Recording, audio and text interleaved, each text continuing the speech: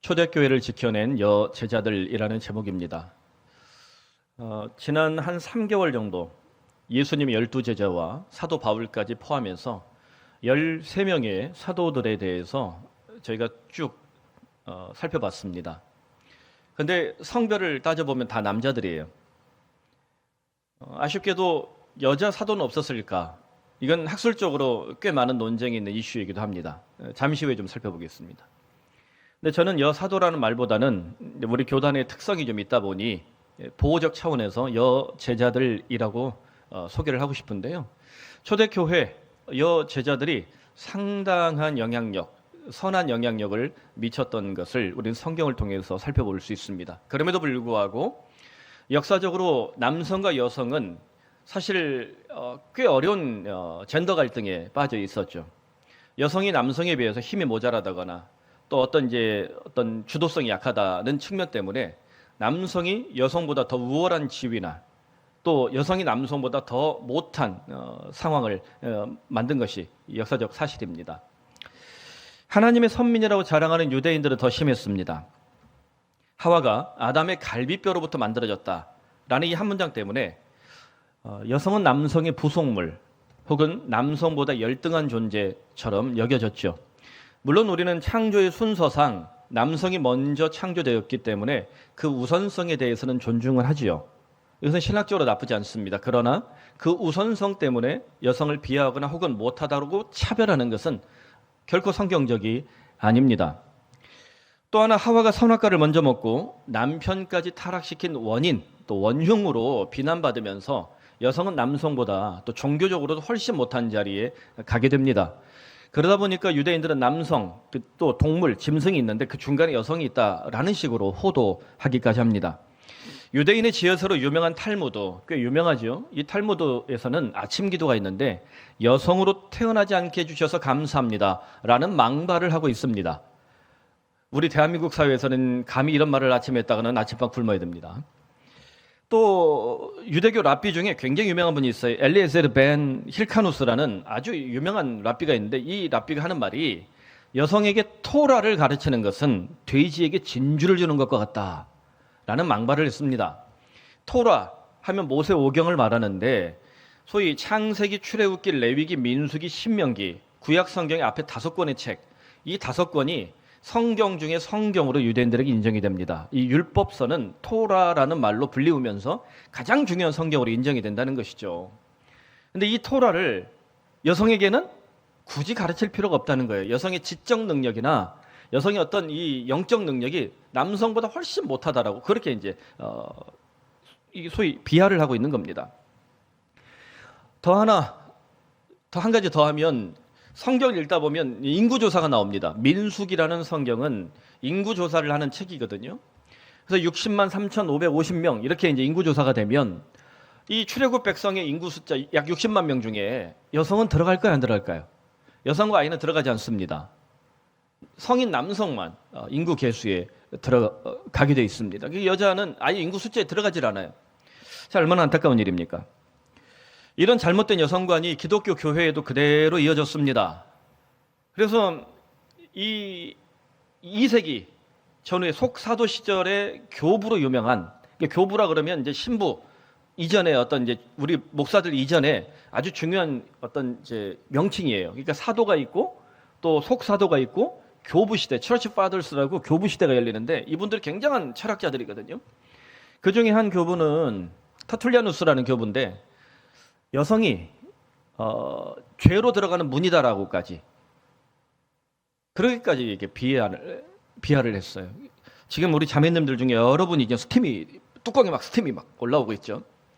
우리 한국 교회는 어떻습니까? 한국 교회의 문제가 뭐냐면 저희는 기독교잖아요. 또 예수교잖아요.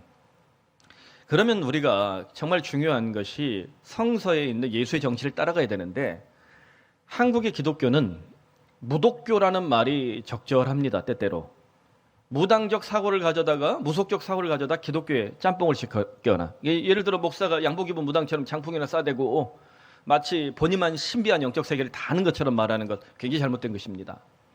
또 하나 저는 유독교라는 말도 씁니다. 유교 플러스 기독교가 된 거예요. 그래서 교회 안에 어떤 질서들이 성경적으로 형성돼야 되는데 유교적 시스템을 그대로 가져다 쓰는 거죠. 그래서 유교 플러스 기독교가 된 한국교회의 특성이 있습니다. 그래서 장유 유서부터 시작해서 나쁜 건 아닌데 교회 안에 질서를 허무는 일들이 좀, 복음의 정신을 허무는 일들이 좀 일어나게 되는 거죠. 제일 문제가 남존여비 사상 아닙니까? 그걸 그대로 가져다가 교회에 적용해서 남성 외에 여자는 목사 안수를 못 받게 한다거나 장로 임직을 주지 않는다거나, 또 제가 어렸을 때 교회 클 때 여자 권사들이, 여자 집사들이 이 강대상에서 기도할 수 있는 권한들이 별로 없었어요. 이게 얼마나 참 안타까운 일인지 몰라요. 우리 교회는 제가 2015년 위임하면서 굳이 뭐 제자훈련해야 모든 걸 할 수 있나, 순장이나 중직은 제자훈련을 기반으로 하지만 이 환경에 앉아서 훈련을 못 받더라도 누구나 기도할 수 있는 사람이라면, 교회에 그래도 인정된 사람이라면 다 기도를 오픈하자 해서 지금은 대예배 기도를 누구나 다 오픈하고 있어요. 청년들도, 우리 대학부 학생들도 본인이 그때 은혜가 많이 있으면 목사님한테 자원하세요. 우리 청년부 목사님한테 대표기도 열어드릴게요. 괜찮습니다.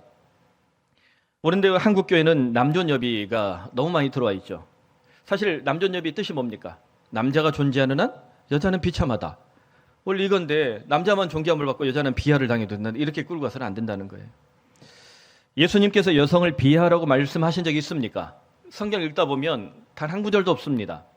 예수님은 오히려 여성을 비하하고 혹은 여성을 착취하는 시대에 그 여권을 보호하는 새로운 율법들을 계속해서 말씀하세요.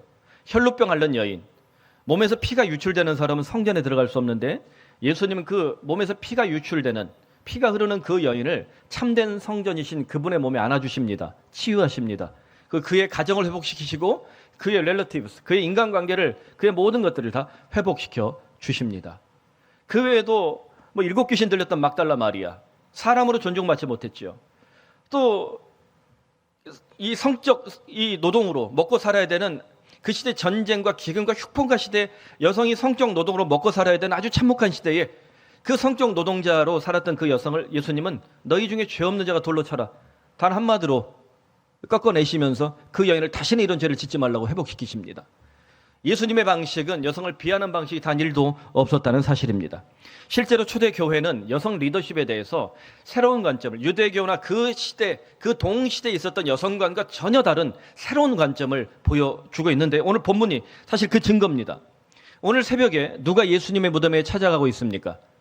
예수님 믿는다고 자랑했던 남자 제자들 단 한 명도 없어요. 보세요. 1절부터 3절 보면 안식일이 지나매, 이때 안식일은 구약 유대교 기준으로 하면 토요일이죠.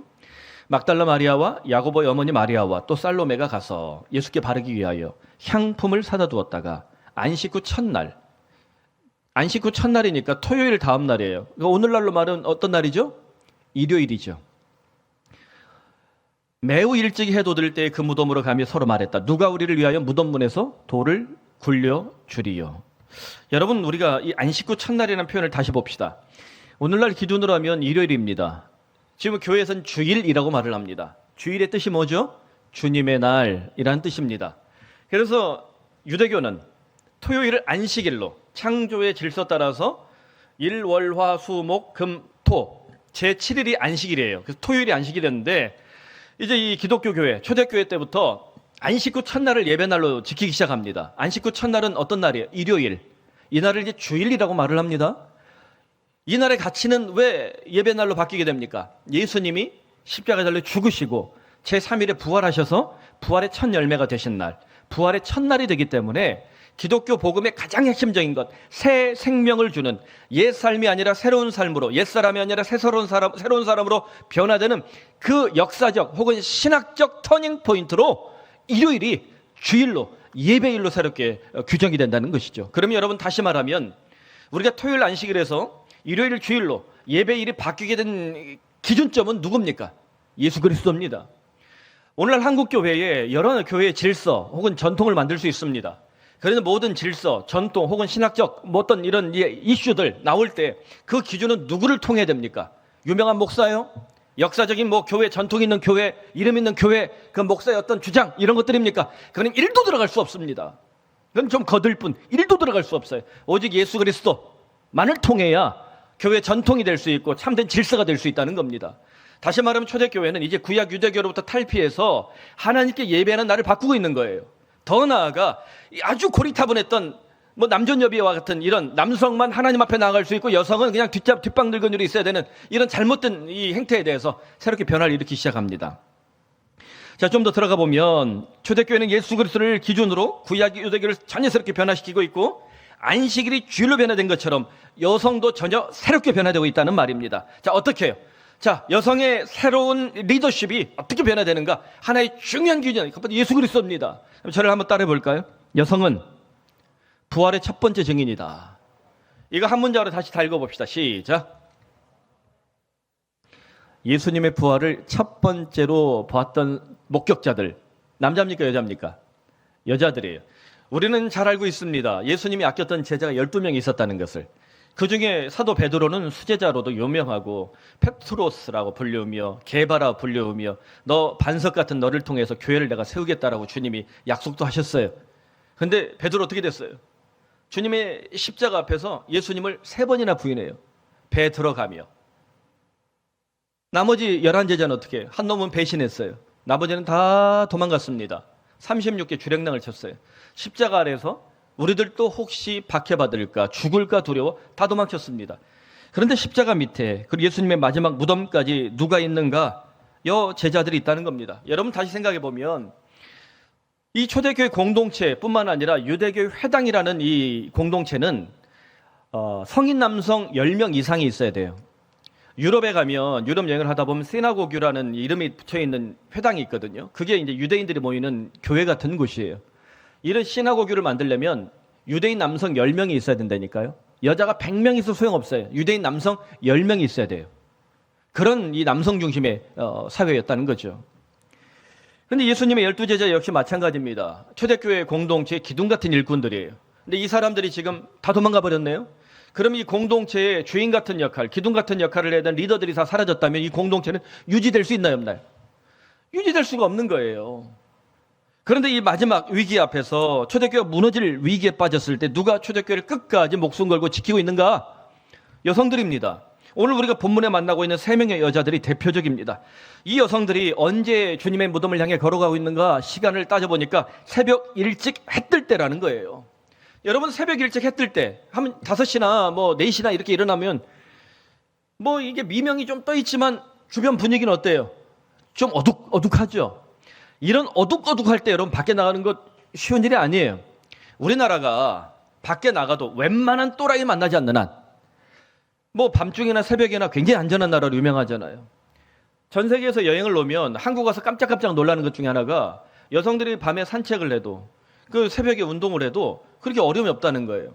오죽하면 갤럭시가 뭐 미국이나 유럽에 이게 광고를 만들었는데 갤럭시 워치를 차고 여성이 막 운동하는 거예요. 새벽에. 그래도 욕을 엄청 먹었잖아요. 저 여자 저 광고 보고서 튀어나갔다가 범죄 당하면 네가 책임질래 이런 욕을. 우리나라에선 자연스러운 일이에요. 우리나라는 사실 그게 어려운 일이 아니잖아요. 그러니까 이렇게 안전한 나라가 된 게 참 복받은 일인데 전 세계적으로 사실 이렇게 안전한 나라가 많잖아요. 미국 같은 나라, 유럽 같은 나라도 쉽지 않습니다. 매우 위험한 시간이. 하물 이렇게 현대화되고 또 자유평등 박애라는 이 프랑스 산업혁명의 정신이 또 민주주의의 정신이 전 세계에 이렇게 뿌리를 내리고 있는 이 시대에도 새벽에 혹은 밤에 어딜 나간다는 것은 여성에게 굉장히 위험한 시간이. 그것도 이 시대는 로마의 이 압제 속에 이 식민지에 있던 여성들이라면 성적 착취를 당할 수 있는 위험한 때예요. 이 새벽에 이 어둠에 이 여자들이 자신을 노출시킨다는 것 굉장히 위험한 일입니다. 이 위험한 결단을 이 여성들은 지금 목숨을 걸고 하고 있는 거예요. 모든 남성 제자들이 다 도망쳐버린 초대교회 누가 끝까지 지키고 있다? 저는 그들을 여제자들이라고 부르고 싶습니다. 사실 제가 합동교단 목사기 때문에 이렇게 제안을 해서 부르지 여사도란 말을 써도 사실 불편함이 없는 사람들인 거예요. 우리 합동교단은 여성의 목사 한 수를 주지 않습니다. 당연히 여성 장로를 주지 않습니다. 사실 이게 우리 교단의 특징이니까. 한국에서 가장 전통이 있고 가장 큰 교단이며 가장 뭐 양질의 목사들이 배출된다는 교단이지만 매우 보수적인 교단이다 보니 그 벽을 넘지 못해요. 그래서 저는 가끔 물어보면 안수를 주는 다른 교단을 가세요 그래요. 이게 사실 죽고 사는 문제가 아니잖아요. 그래서 제가 여사도란 말을 사실 우리 교단의 정체성 때문에 제가 차마 말을 하지 못하는 거예요. 왜냐하면 이게 잘못 말했다가 요것만 딱 따갖고 저를 심판할 사람들이 분명히 있거든요. 사실 여러분 생각해 보십시오. 예수님을 끝까지 사랑한 사람들, 주님의 무덤을 향해서 목숨 걸고 걸어가는 사람들, 초대교회 공동체를 끝까지 지켜내는 사람들이 제자가 아니라면, 사도가 아니라면 누가 제자이면 누가 사도입니까? 더 나아가 남 제자들이 모두 도망쳤을 때 천사는 3명의 여성들에게 복음의 원초적 메시지를 계시합니다. 천사가 하나님 말씀을 전해주는 것을 계시라고 그래요. 이 계시를 받는 시대가 예수님 당시까지예요. 이제 더 이상 뭐 그런 계시는 없습니다. 뭐 계시를 받는다는 분들이 있다면 영업 계시 외에는 계시는 없다라고 꼭 말씀해 주셔야 돼요. 근데 이 여성들이 계시를 받았다니까요. 이전에는 여자들이 계시를 받을 수 있는 기회가 별로 없어요. 다 남자들이 계시 받는 거지. 근데 이 여성들에게 6절, 7절에 복음의 원초적 메시지가 계시가 되는데 첫 번째 6절에 보면 나사렛 예수가 살아났다. 7절에 베드로와 제자들에게 먼저 갈릴리 가서 예수님을 기다려라. 예수님이 너희들을 기다리고 계신다라고 말을 합니다.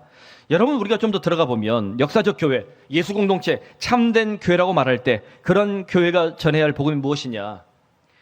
교회가 말라 비틀어져도 끝까지 지켜야 될 복음의 원초적 메시지는 무엇이냐. 예수님이 부활하셨다라는 메시지입니다. 예수가 부활하셨습니다. 할렐루야. 주님이 부활하셔서 우리에게 새 생명을 줍니다. 그 생명의 능력이 내 삶과 내 인격과 내 일터와 내 가정과 내 모든 것을 변화시키는 삶의 능력이 됨을 믿으시길 바랍니다. 이 복음이 약화되면 더 이상 교회가 아닙니다. 예수가 부활했다는 예수의 생명을 우리가 전하지 않는다면 그런 교회는 더 이상 교회가 될 수 없습니다. 더 나아가 이 복음은 듣는 자들을 회복시키는 기쁜 소식이라고 그러잖아요. 예수님이 베드로와 제자들을 회복시키시기 위해서 그들이 도망친 갈릴리로 먼저 가서 기다리고 계신다고 약속하십니다. 우리는 여기에서 갈릴리에 대해 다시 생각할 수 있습니다. 여러분 갈릴리가 어디입니까? 예수님이 제자들을 처음 불렀던 장소예요. 예수님을 만났던 첫 번째 장소, 주님과의 첫 만남, 첫사랑, 첫 은혜, 첫 예배, 첫 기도를 드렸던 바로 그 자리, 그것이 갈릴리라는 것입니다. 그래서 갈릴리는 신학적 장소입니다. 예수를 만난 신학적 장소예요. 은혜의 장소입니다. 종교적 장소입니다. 그들의 복음이, 그들의 믿음이 시작된 곳이에요. 다시 말하면 너희는 지금 실패했다는 겁니다. 너희는 지금 믿음을 포기했다는 겁니다. 너희는 지금 예수를 떠났다는 거예요. 그런 사람들에게 다시 돌아갈 곳이 있다는 겁니다. 갈릴리로 돌아와라. 내가 너희를 기다리고 있다. 복음의 원천으로 첫사랑 현장으로 다시 돌아오라고 주님이 초대하고 계신다는 거예요. 여러분이 갈릴리 복음을 우리가 생각해 보면 오늘의 교회에 대해서 우리가 더 깊이 묵상할 수 있지 않겠습니까? 교회란 무엇인가? 무수한 교회론을 말할 수 있지만 교회는 어떤 곳입니까? 예수님을 만나는 첫 번째 장소, 첫 번째 사랑, 첫 번째 예배처, 첫 번째 기도처, 첫 번째 은혜처, 이것이 교회가 되길 바랍니다. 그래서 누구든지 때때로 우리 다 뭐 대단한 믿음 가지고 사는 거 아니잖아요. 저도 가끔 시험에 들어요. 저도 가끔 흔들릴 때 있어요. 여러분들이라 그렇지 않습니까? 무수한 시험과 혹은 인생의 위기 앞에서 우리가 이렇게 흔들릴 때 돌아갈 곳이 있다는 거예요. 어디요? 주님을 만났던 첫 번째 사랑, 첫 번째 은혜의 장소, 갈릴리. 푸른 사랑의 교회가 많은 성도들에게 갈릴리 같은 현장이 되기를 바랍니다.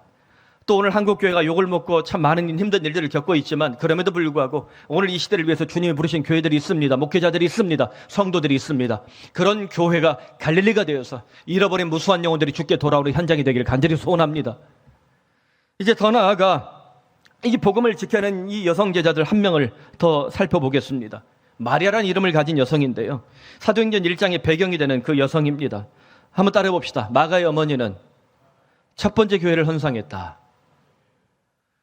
마가의 어머니는 첫 번째 교회를 헌상했다. 초대교회의 첫 번째 교회.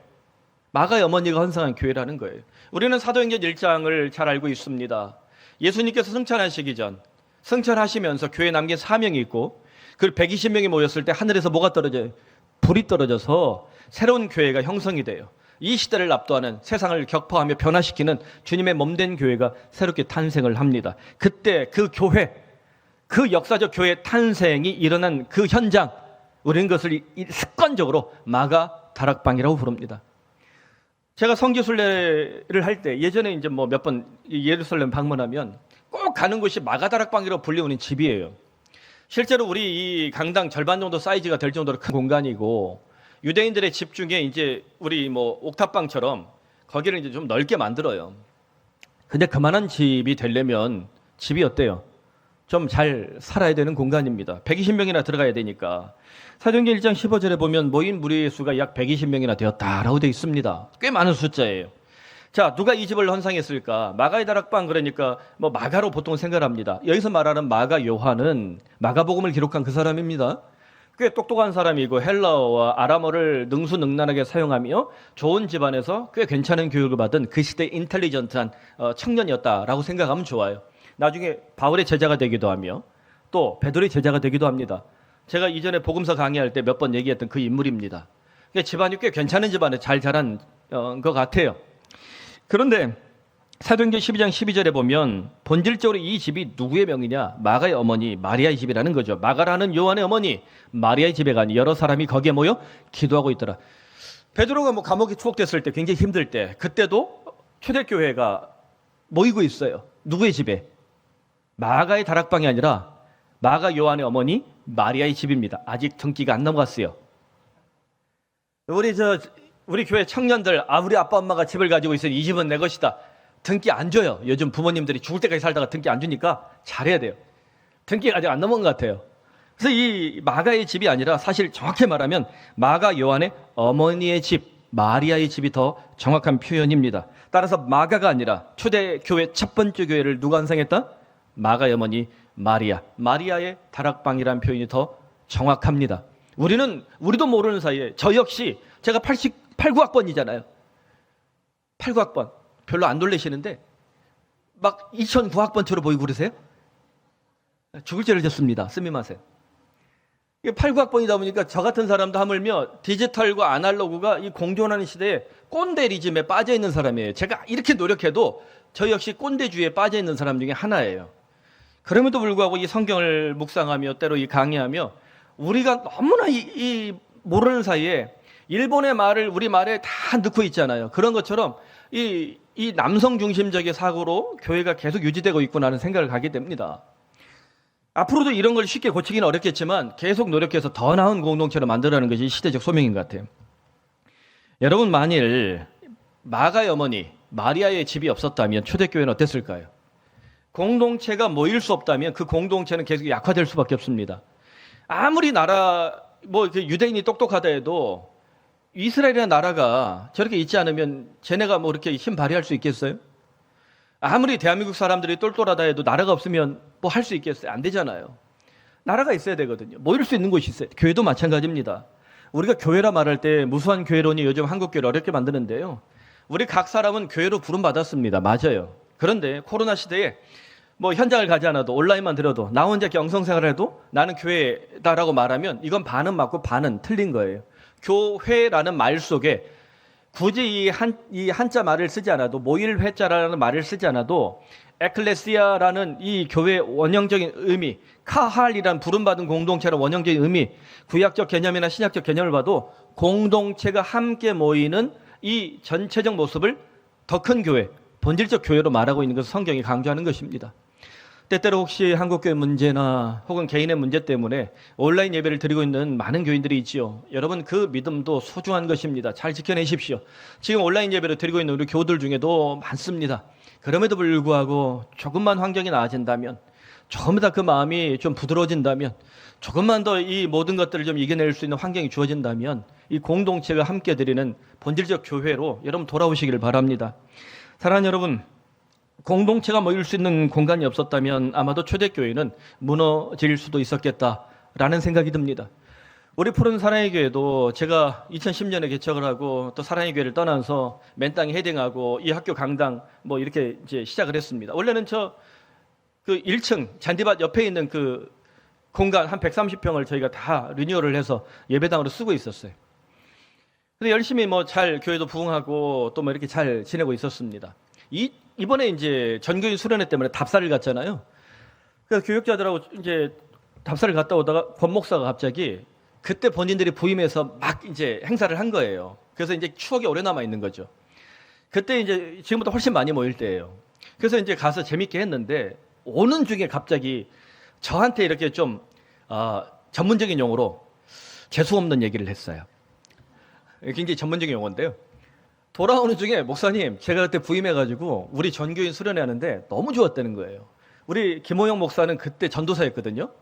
그때 이보다 훨씬 날씬했어요. 와가지고 오자마자 형들이 시키니까, 선배들이 시키니까 이름표 오리고 있었대. 자기는 뭔 일 하는지도 모르고 이름표만 오리고 있었대. 근데 그때 이제 권 목사가 예배 드리고, 야, 우리 교회 정말 성도들이 좋구나. 이 정도 에너지고 이 정도 우리 교인들 뭐 이 수준이면 야, 500명, 1000명 금방 되겠다. 막 마음에 막 불타는 용기가 생겼대요. 내가 정말 교회를 잘 선택해서 왔구나. 막 이렇게 했대요. 근데 이제 저는 기억도 못 했거든요. 다 뭐 그냥 저는 그냥 잘 잊어버려요, 좀. 여러분 이름도 다 잊어버렸어요. 잘 잊어버리는데요. 2달 후에 갑자기 학교 그 행정실에서 그때 이제 그 잘린 교장 선생님이 계세요. 그 교장 선생님이 있을 때 우리가 너무 힘들었거든요. 저에겐 바로 같은 사람이었어요. 이 안무개 선생님인데 이 교장 선생님이 뭘 해보겠다고 우리 1층 쓰던 130평을 다 내놓으라는 거예요. 교육청에서 지원받아서 뭐 만들고 그때 우리가 학교에 내놓더니 거의 뭐 8천, 9천 됐단 말이에요. 사용료가. 그건 그대로 먹고 공간 다 내놓고 막 이렇게 이제 협박을 한 거죠. 2달 안에 다 비우라는 거예요. 2달 안에. 어딜 갈 거예요, 2달 안에. 우리 사실 공동체가 2달 안에는 어디 가겠어요. 300명 넘는 공동체 어디로 가겠어요. 그러니까 골치 아픈 거죠. 근데 지나고 나서 보니까 또 그것도 하나님 사인이었나 싶은데 그러다 보니까 덜컥 우리 이제 카페 제이로 쓰는 저 건물이 느닷없이 이제 열린 거예요. 그것도 제가 수협에 드리고 마음이 울적해서 어디 한 군데 공간이라 찾아보자. 사무실이라도 찾아야지. 걷다 보니까 어디 부동산, 이 부처님 믿는 부동산인데 가끔은 부처 핸섭 하는 분들이 가끔 은혜가 있을 때가 있어요. 그분이 갑자기 저한테 거기를 소개해 준 거예요. 숨어있던 공간을. 그래서 그 당시에 참 어떻게 보면 저렴한 가격에 우리가 매입을 하고 뭐 그렇게 이제 시작을 했죠. 근데 그때 사실 제 마음이 진짜 힘들었어요. 왜냐하면 건물 없는 교회 또 좀 건강한 교회 만들어 보겠다 시작을 했는데 여러분 뭐 저를 잘 모르시니까 하는 소리지만 제가 좀 사랑의 교회 잘 버티고 그러면 그냥 뭐 좀 큰 교회 진짜 소위 이름난 교회들 다 어떻게 못 갔겠죠? 뭐 이런 고민 안 하고 그냥 목회했을 거예요. 저도 그냥 그렇게 있으라고 계속 그랬거든요. 근데 진짜 좋은 교회, 욕 덜 먹는 교회, 건강한 제자 훈련하는 교회 한번 세보자고 제가 정말 이 불타는 심정으로 개척을 했는데 그때가 제일 힘들 때였어요. 왜냐하면 목사의 선택, 제가 아주 중요한 선택을 하는데 이 건물을 매입합시다라고 장로님들 얘기하고 시작을 하는데 교인들 90%는 다 동의했지만 한 10%가 흔들흔들 하는 거예요. 그 마음 아픈 사람들, 목사의 선택 때문에 힘들어하는 사람들 보면서 목사인 나 때문에 힘들어하는 사람들 보는 게 너무 힘든 거예요. 그래서 너무너무 제가 그때 힘들었거든요. 그래도 지나고 나니까 이제 뭐 저 공간이 우리 교인들에게도 선물이 되고 이 지역사회에 선물이 되니까 참 감사하고 또 마침 코로나가 터졌네. 코로나 3년 동안 저 공간이 없었다면 우리 푸른 사랑이 어떻게 됐을까요? 최윤주, 이정훈 집사 강남에서 계속 왔겠어? 갑자기 뭐 아무리 내 동생 같고 제자 같고 뭐 그런 멤버라도 안 사라졌겠지. 저 친구들은. 많은 교인들이 사라졌을지 몰라요. 그래도 고향집 같은 교회가 있으니 둥지 같은 곳이 있으니 사람들이 뻔질나게 우리 공동체로 예배를 못 드리지만 뻔질나게 드나들면서 이 공동체가 유지될 수 있었다는 겁니다. 그때 삶을 헌상해서 쪼개낸 우리 교원들에게 진짜 감사하고요. 또 우리 비전 헌금을 만들어보자. 매월 첫째 주에는 뭐 5만 원이든 10만 원이든 만 원이든 우리가 좀 십시일반 모아서 이 예배당을 헌상해보자. 7년이 지났는데 여전히 잊지 않고 해주는 분들, 잊어버린 교인들도 있어요. 여전히 잊지 않고 열심히 하는 교인들에게 진짜 감사한 마음이에요. 그렇게 해서 이 교회 공동체가 사실 저는 뭐 어디서 누가 절 오라고 그래도 저는 갈 마음이 없어요. 이렇게 좋은 교회가요. 제가 목사이지만 우리 부목사님들도 안 나가요. 좀 나갔으면 좋겠는데 월급은 계속 오르는데 안 나가요. 더 월급 준다는데 이 호목사 안 나가요. 딴 데서 오라는데. 이렇게 좋은 공동체를 만나기 어렵다는 얘기를 해요. 저만 그런가요? 여러분 푸른 사랑이 좋아요, 안 좋아요? 인제 오신 분들 말고. 이렇게 괜찮은 교회가 사실 한국 교회 몇 군데나 될까 그런 생각을 해봅니다. 사실 완벽하지는 않지만 저 푸른 센터를 헌상하며 수고했던 7년 전에 무수한 교인들 정말 감사한 마음이 있습니다. 여러분 이 마가의 어머니 사실 초대교회 지도자들이 잊었을까요? 잊지 않습니다. 성경도 잊지를 않습니다. 그녀의 헌상과 자기 집을 첫 번째 교회로 헌상하는 이 결단을 잊지 않습니다. 왜냐하면 이 결단이 대단한 결단이거든요. 여러분 사울이 이 교회를 박해할 때 잔멸하다라는 표현을 써요. 이 잔멸하다는 표현이 헬라어로 말하면 멧돼지가 포도밭에 들어가서 지 마음대로 다 어지럽히고 막 파헤치는 형태예요. 좀 비슷했나요? 여러분 멧돼지가 밭에 내려오면 이 고구마는 좋은 고구마, 저건 나쁜 거 안 먹고 이런 거 안 하잖아요. 아주 초토화를 시키잖아요. 박해가 그런 모습이었던 거예요. 예수 믿는다 묻지도 따지지 않고 박해합니다. 갖다 때려 죽이는 거예요. 그런 시절에 자기 집을 내놔요? 얼마나 어려운 일입니까? 목숨을 내놓는 일입니다. 이후 초대교회에서 여성 리더십이 아주 새롭게 인정되는 것을 우리는 보게 되는데, 그 증거 중에 하나가 초대교회 마가의 어머니 그 다락방에서 모였던 사람들의 숫자입니다. 몇 명이요? 약 120명이에요. 여기에 남자만 계수됐을까요? 여자도 포함됐을까요? 자세히 읽어보면 남자들 몇 명 이름 나오지만 예수의 어머니 마리아와 막달라 마리아, 여자들 이름들이 다 들어가 있어요. 이 120명의 초대교회는 이 120명의 남자뿐만 아니라 여자의 숫자를 드디어 계수하고 있더라. 하나님 아버지 앞에서 남성과 여성이 동등하게 창조된 동등한 인격임을 선포하고 있는 겁니다. 이것이 기독교가 다른 종교와 다른 것입니다. 저는 엉뚱한 상상을 가끔 해봐요. 다락방에 모인 120명 중에 남자가 많았을까 여자가 많았을까? 여러분 어떻게 생각하세요? 제가 보기에 위기의 때잖아요. 남자보다 여자가 훨씬 많았을 거예요. 사도들도 도망치는 시대인데 아마도 여자들이 더 많았을 것이다. 실제로 사도행전 5장과 8장에 이렇게 기록합니다. 남자와 여자를 동등하게 기록하는데요, 믿고 죽게로 나오는 자가 더 많으니 남녀의 큰 무리더라. 예전 같은 뭐만 기록해요? 남자의 큰 무리더라. 8장 3절에 뭐라 합니까? 다시 시작. 사울이 교회를 잔멸할세. 멧돼지가 두들겨 패는 거예요. 각 집에 들어가 남녀를 끌어다가 옥에 넘기니라. 남녀. 헬라어를 다시 따져보면요, 남자와 여자로 번역도 되고 또 하나는 남편과 아내로도 번역이 됩니다. 즉 가정이 교회가 된 시절이에요. 오늘날 이렇게 교회당을 짓거나 성전 아니에요. 다시 말하지만 교회당은 성전 아닙니다. 우리 모두가 성전인 것이지 교회당은 성전이라 말할 수 없어요. 신학적으로는 예배당, 교회당이에요. 그런 건물을 지을 수 없는 시대이기 때문에 이 사람들이 가정에서 모이게 되는 거예요. 그게 가정이 교회가 된 거죠. 그럼 들어가서 때려잡는데 남자와 여자를 다 때려잡는 거예요. 여러분, 우리가 돌이켜보면 남편과 아내 중에 이런 상황에 누가 더 믿음이 좋을까요? 우리가 통상적으로 볼 때 남편의 믿음보다 아내의 믿음이 좋은 경우가 대부분입니다. 아내의 믿음이 훨씬 더 치열했을 가능성이 높습니다. 사실 남자들은 타협할 수 있는 환경들이 너무 많거든요. 근데 이 아내들이 믿음을 지킨 거예요. 초대교회가 잔멸당할 정도로 박해를 받을 때, 남편들이 믿음이 흔들릴 때 아마도 아내들이 그 중심에 우뚝 서서 남편들을 꽉 잡아주며 예수님은 우리를 위해 십자가에 못 박혀 죽으셨잖아, 이렇게 조언하지 않았을까? 저도 가끔 아내가 아프다 그러면 꼭 얘기합니다. 주님은 십자가 못 박혀 죽으셨어. 그 정도는 참아. 사랑하는 여러분, 여성들이 이렇게 목숨을 걸고 믿음을 지킬 때 남자들이 그 믿음 배반하고 그렇게 하겠어요? 창피하게? 남자 가와 안 살게? 사실 이 모습을 제가 종종 생각해 봅니다. 우리 한국교회에 위기가 닥친 시기가 1940년대 신사참배입니다. 만일 신사참배에 진짜 많은 목사들이 넘어갔어요. 더 많은 목사들이 넘어갔다면 한국교회는 끝났을지도 모릅니다. 1907년 평양 대부흥운동으로 인해서 대한민국에는 그레이트 어웨이크닝이라고 불리는 첫 번째 대부흥이 일어납니다. 그때 대부흥을 통해서 한라에서 백두까지 우리 한반도 전체 교회가 세워져요. 그런데 일제가 신사참배를 합니다. 신사에 절을 하고 이 황국 시민으로 살아라라는 것입니다. 근데 많은 목사들이 넘어갔어요. 근데 그때 이 조선교회가 위기에 처했을 때 조선교회에 사실 영적, 신앙적 뿌리가 된 사람이 바로 일사각오로 유명한 주기철 목사님입니다. 평양 산정현교회에서 그분이 목숨을 걸고 투쟁을 했어요. 끌려갑니다. 이분을 고문한 사람 이름이 제가 찾아봤어요. 거의 조선인들이에요. 조선인 중에 배신한 사람들. 조선인 고문 기술자 배만수라는 인물입니다. 이 사람이 주기철 목사님 고문을 하는데 그 어머니와 그 사모님 눈앞에서 아주 그냥 지독한 고문을 해버린 거예요. 어머니가 아들 그 모습 보면서 혼절을 했어요. 사모님 엎드려서 기도할 뿐이에요. 눈물을 흘리며. 근데 아마도 그때 그 사모님 마음속에 하나님 주신 음성이 있었나 봐요. 이 사모님 이름을 기억하십시오. 오정모입니다.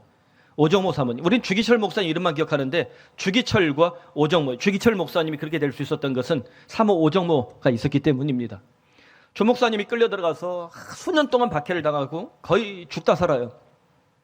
근데 마지막 이제 면회를 합니다. 주강조 장로님, 그 아드님이 우리 교회 개척했을 때 와서 간증을 했어요. 그 내용들을 제가 지금도 기억하는데 1944년 4월 21일 마지막 면회입니다. 부활절 지난 주간이겠죠. 부활절 지난 주간에 이제 사모님이 이제 마지막으로 남편을 면회하는데 일제 이제 경찰이 그러는 거예요. 병가로 내보내줄 테니 데리고 가라. 사실 이미 반 죽은 거예요. 데리고 나와야 집에서 죽을 뿐 의미가 없는 겁니다. 그럼 일제는 뭘 피해요? 옥사시켰다라는 책임에서 피하는 거죠. 사실 근데 사모님이 사실 얼마나 안타깝겠어요. 근데 사모님이 거절을 합니다. 당신이 배교하면 조선교회가 망한다는 거예요. 승리하세요라는 말을 합니다. 그리고 이 마지막 면회 후 불과 5시간이 채 지나지 않아서 주기철 목사님은 죽습니다. 주 목사님 마지막 죽기 전 아내에게 남긴 말, 평상시 아내가 밥상을 차려주면 늘 줬던 그 추억이 있었던 거예요. 여보, 따뜻한 숭늉 한 사발이 먹고 싶소. 따뜻한 숭늉 한 사발이 먹고 싶소. 이 한마디 남기고 순교하셨어요. 주기철 목사님이 없었다면, 그 일사고가 없었다면 한반도 교회는 순교의 피를 먹고 자랄 수 있는 환경을 얻지 못했을 것입니다. 우리는 주기철만 기억하지만 주기철 목사님이 있을 때까지 그가 일사각오를 지킬 수 있도록 누가 있었다? 오정호 사모님이 있었다. 이 여성을, 이 여제자를 우리는 잊어서는 안 될 것입니다. 말씀 맺습니다. 새 여성들을 다시 만나봅시다. 이들은 누구일까? 마태복음의 공관복음으로 우리가 보잖아요. 마태복음이 이렇게 기록이 있지. 27장 56절입니다. 그 중에는 막달라 마리아와 또 야고보와 요셉의 어머니 마리아와 또 세베대 아들들의 어머니도 있더라. 자, 분석해 봅시다. 마가복음에는 야고보의 어머니라고 돼 있어요. 그럼 이 야고보가 예수님 제자 중에 둘이 있어요. 큰 야고보, 작은 야고보가 있어요. 근데 큰 야고보의 동생은 요한이에요. 아버지는 세베대예요. 그럼 세베대의 아들들의 어머니가 아마도 큰 야고보, 요한의 어머니겠죠.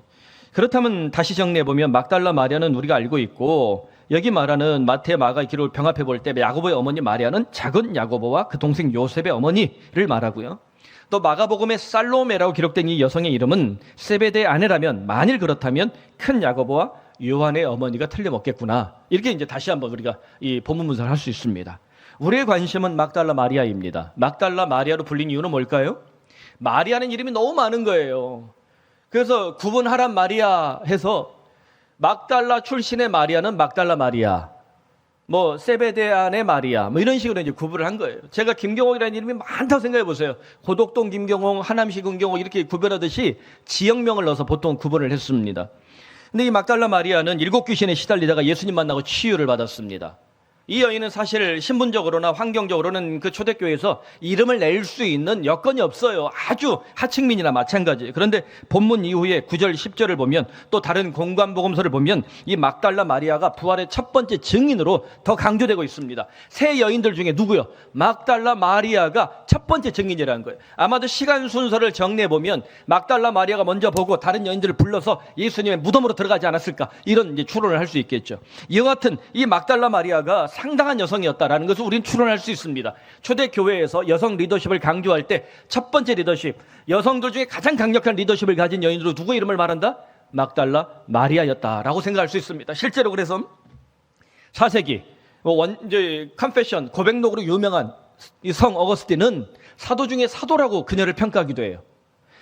또 2016년 프란치스코 교황이 막달라 마리아의 기념일을 축일이라는 개념에서 사도 축일로 격상을 시킵니다. 사도권까지 가는 거예요. 우리는 다 받아들일 수는 없습니다.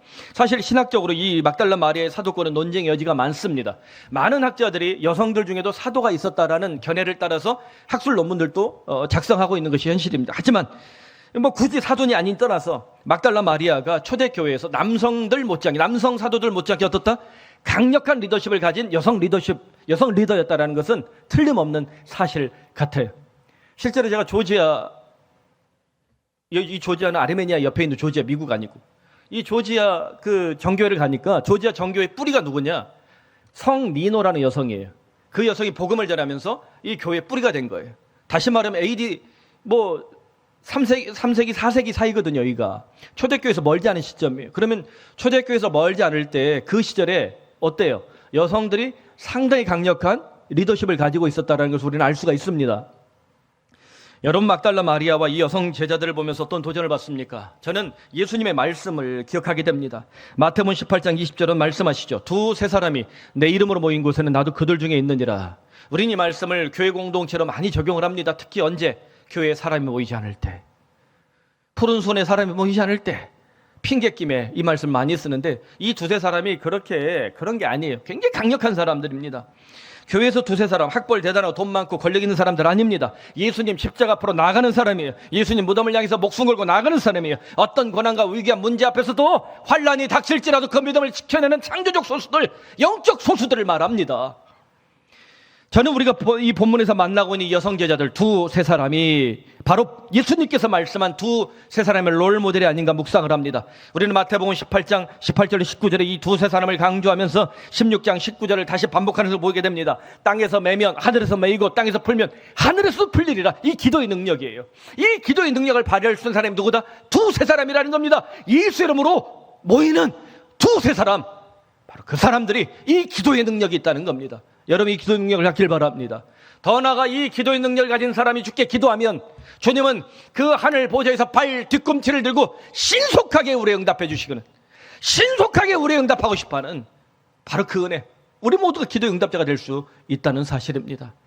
사랑하는 여러분, 예수님께서 기대하는 두세 사람이 우리 푸른 사랑의 교회에서 벌떼같이 일어나길 바랍니다. 이 땅에서 매면 하늘에서도 매이고 땅에서 풀면 하늘에서도 풀리는 이 기도의 능력자, 기도의 응답자들, 우리 모든 교우들이 되기를 바랍니다. 그러므로 초대교회를 끝까지 지켜낸 제자들을 보면서 누가 교회를 끝까지 지켜내는, 누가 믿음을 끝까지 지켜내는 예수님의 제자가 되겠는가? 우리 교회의 모든 남성과 여성들이 두세 사람이 되어서 땅에서 매면 하늘에서 매이고 땅에서 풀면 하늘에서 풀리는 기도의 능력자, 기도의 응답자가 되기를 간절히 축원합니다. 기도합시다.